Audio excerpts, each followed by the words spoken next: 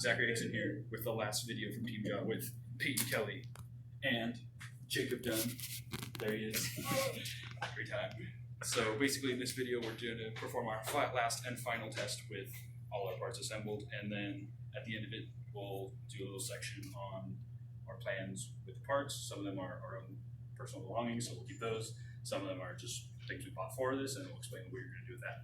So yeah, let's get to the test. All right, here's the test. Go ahead, guys. Start the water.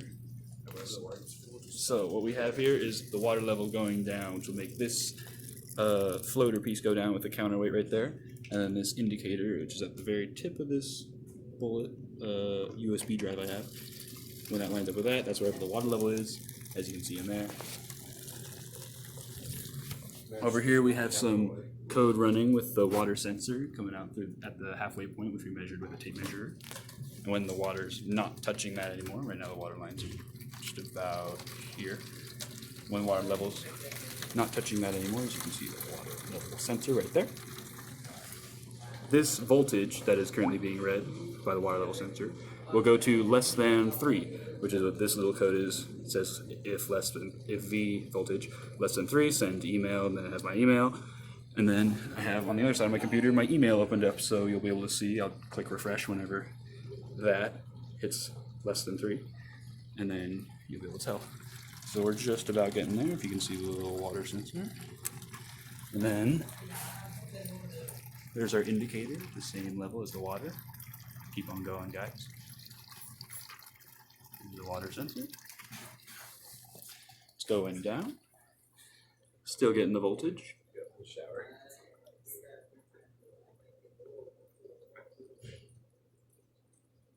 Looks like the voltage is getting lower. Lower, lower.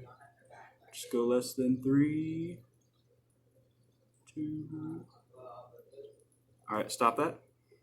Alright, so now that voltage right there has stopped because it's less than 3. And just now you saw an email. It says, MATLAB email.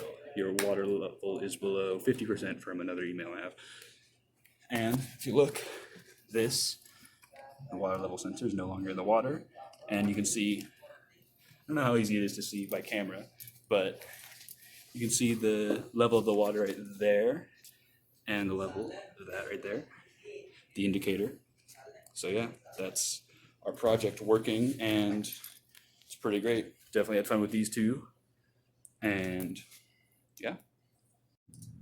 So when we were working on our project, we used quite a bit of materials and little tools. Basically our main material that we used, as you can see over here, is our 2-gallon water cooler.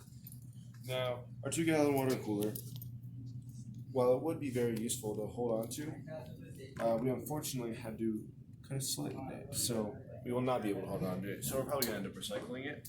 But yeah, we use this to hold all the water that we can eject from the bottom down here in the spout to get into these, so we could empty the tank and get our notification.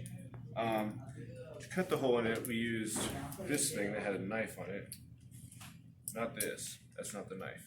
This is the knife right here. Use that to cut a hole. Made sure that we were very safe. We're going to hold on to this. This belongs to Zachary, so he's going to hold on to it. And then the next thing we did that we used was, we used these little things. We used washers, a bullet flash drive, and a bottle full of rocks. We used these 4 were just items to support our pulley that had some weight on it. They were useful items to determine what our water level was at without having to look inside the water. So these we're just going to hold on to because we'll find some use for these eventually. This bottle, however, we're just going to recycle it. It has some rocks in it, so we'll put the rocks back where we got them from, outside of our residence hall. The piano stand right here was basically what we used to support the whole entire pulley. Pretty self-explanatory. Piano stand supports the whole pulley. Yeah, you know. Anyways, this belongs to Zachary also, so he'll be holding on to this after we're done. This is just a storage basket. This holds the pulleys on the pulley with the strings. That makes sense. This also belongs to Zachary, so we'll hold on to this. Now, We used Zachary's laptop to receive the email. Basically, most of the stuff that we used belonged to Zachary. We tried using some other stuff originally that didn't belong to him, but it didn't quite work. So we just ended up using his stuff. We used this thing, these wires and this board to end up sending the information to this. This was the water filter right here that sends the water. Water filter sensor thing. Sensor. Yeah. I don't know why I said filter. It's not a filter. Anyways, the water sensor. We're going to end up recycling this, or we're actually going to reuse this, but not on this. We're going to detach it from this first. We used this measuring tape was very handy because we had to do some math calculations to find the measurements of our twine for the pulley. We had to like find hypotenuses and stuff. Yeah, it was a lot of math. So this was very useful, and we're going to hang on to this also. So those were pretty much all of our materials that we used. It was a good project. We used a lot of things that could either be recycled or reused. So it was a very environmentally friendly project too, which is good. That's what we want to get out of this. We want quality work, and we want to be environmentally friendly. Nice.